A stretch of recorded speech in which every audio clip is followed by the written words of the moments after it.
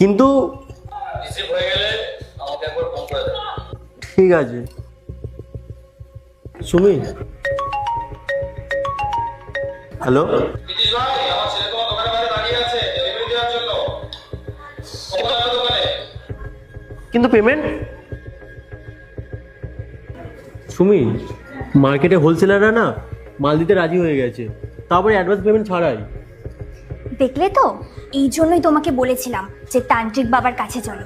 আর দেখলে তো এবার সবকিছু ঠিক চলছে আমাদের। চুপ করো তুমি, তোমার তান্ত্রিকের জন্য না কিছু হয়নি।